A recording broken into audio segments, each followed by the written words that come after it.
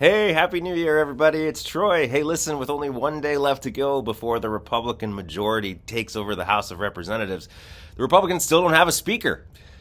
Kevin McCarthy, now desperate to secure that speaker role, is having to make concessions to his MAGA caucus, the Freedom Caucus, the right-wing fascists in the Republican Party, that he didn't want to make before, among them allowing for a motion to vacate, a move that could potentially act as a no confidence vote, removing the Speaker of the House from power. He said he would never do this. Now, on a call yesterday, he indicated that that is a concession that he would be willing to make.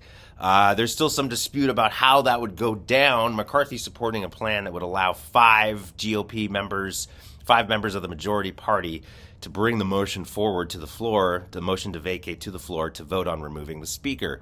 Once again, this is something that McCarthy said he would never do, but now is so desperate to win that speaker role with only one day to go before the session kicks in, he's now having to make concessions to the fascists in his own party. Under Pelosi's speakership in the House, the motion to vacate did exist, but it was harder to bring forward. It had to be brought forward by a member of leadership. This move would essentially allow any five Republicans, any five member of the majority in the House to bring forward that motion to remove the speaker.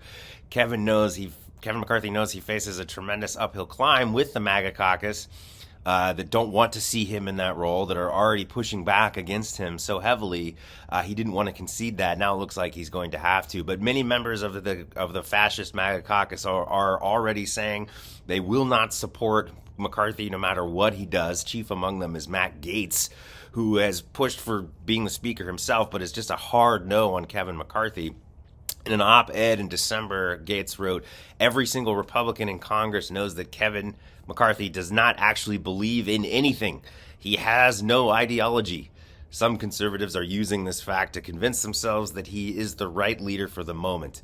As McCarthy is so weak, he'll promise anything to anyone." In an attempt to appease both the moderate and the MAGA members of the Republican caucus in the House, McCarthy sent out a letter explaining his concessions, explaining what he was planning to do in terms of House rules. 9 House Republicans wrote a letter back in which they rebuked McCarthy, saying, and I quote, "Mr. McCarthy's title, 'Restoring the People's House and Ending Business as Usual,' is a welcome and telling admission of the long-standing and deep dysfunction in the House of Representatives and statement of aspiration to begin to set it right in the 118th Congress.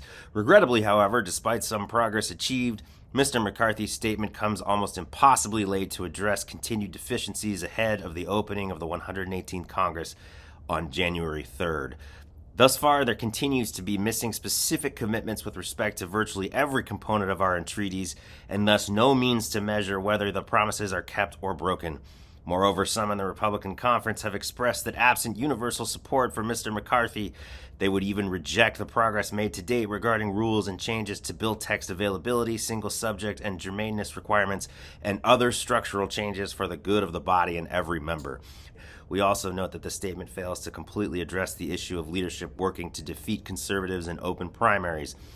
The progress made thus far has been helpful and should guide our thinking going forward." Several members of the MAGA caucus, including Gaetz, wanted the motion to vacate to be able to be brought forward by a single member, McCarthy indicating that he would only allow that to go forward with 5 members, requiring 5 members to sign off on that to bring that motion to vacate forward to the full House. Some other details of the House rules package released late last night include, again, giving 5 Republicans the power to call for a vote to depose the sitting speaker, restoring the ability to zero out a government official's salary, which is a direct hit at basically Jack Smith. Anyone working for the government, this would be an ability of the majority of Congress to basically say that Jack Smith can't get paid. It's a petty, vindictive move that just reeks of fascism.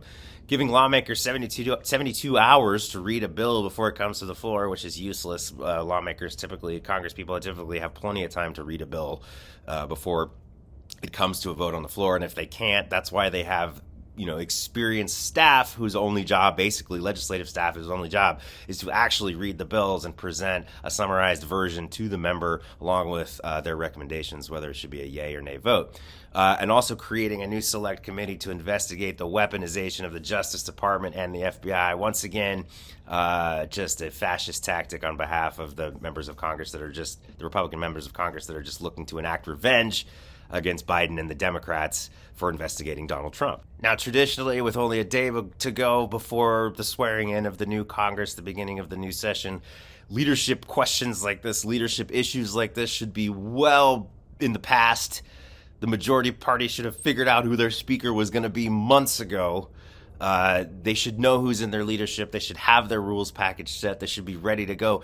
The Congress begins tomorrow, January 3rd. As of this recording, it begins tomorrow on Tuesday, January 3rd, and they still don't have a speaker in place. They still don't have their leadership team in place. Just indicative of what a nightmare shit show the next 2 years of Republican majority in the House is going to be. If they cannot even agree on who their leader is going to be, there is no way that they are going to be a functioning governing caucus in the House of Representatives when it comes to some of these more challenging issues that we face over the next 2 years. With their extremely slim majority, whoever the speaker is going to have to appeal to a broad swath of ideologies from the moderates faction of the Republican Party to the far-right fascist MAGA caucus. They have zero room for error if they're going to get every Republican on board, which is what they're going to need to get anything passed. And at this point, if they can't even agree on who the speaker is going to be, it doesn't bode well for getting the moderate faction and the MAGA faction to cooperate on actually voting on bills in the House, which basically means that the Republican majority in the House is dead on arrival. They have no hope of getting anything done, which could prove to be very good for the Democrats in 2 years in 2024, just indicative of how broken and dysfunctional the Republican Party has become and their inability to govern at even the most basic levels. Failing to win the speaker vote would be a death knell for Kevin McCarthy's career. There's no way that he could recover from that politically. He is the most obvious choice as the current leader of the Republican caucus in the House to be the speaker. If he cannot even rally his caucus together to vote him in as speaker, it signals just the end of his political influence, the end of his power. There's no way he's going to let that happen. There's going to be some late-night concessions tonight. He's essentially going to give the MAGA fascists and his caucus whatever they want. He cannot lose that speaker vote. It means everything to him. It's his entire career on the line. So it'll be interesting to see what kind of late-night deals McCarthy makes with the MAGA caucus. Essentially, he's going to give them whatever they want. And there are still some hard no votes like Gates who will oppose him no matter what he does. So it's going to be very interesting. None of the other speaker candidates appear to have the support that McCarthy does anyway. So we are potentially looking at, if there isn't a deal made tonight, we are potentially looking at a protracted leadership struggle for the Republican caucus in the House moving forward. Just could not be more pathetic and just indicative, once again, of the chaos and the inability of Republicans to actually govern after a horrific midterm election that just saw Republicans way underperforming Democrats in almost every race, and signaling the end of Trumpism. This is just one more fuel on the fire that is the death knell of the Republican Party, the death knell of the MAGA fascist movement in the United States. For MeidasTouch, this is Troy. Remember, as always, smash that subscribe button to continue supporting independent media in 2023. Happy New Year to everybody. Let's make 2023 the year of the Meidas Mighty, the year of everyone who believes in democracy. Let's continue to fight for democracy. We have the momentum, folks. Let's keep it going. Thanks, all. Our blue wall stopped the red wave and election deniers got denied election. That's why we're celebrating with the new Democracy Prevails team. We've got lots of work to do, but we should all be proud that when democracy was tested, democracy prevailed. You've earned this. Don't wait. Get yours right now at store.MeidasTouch.com. That's store.MeidasTouch.com.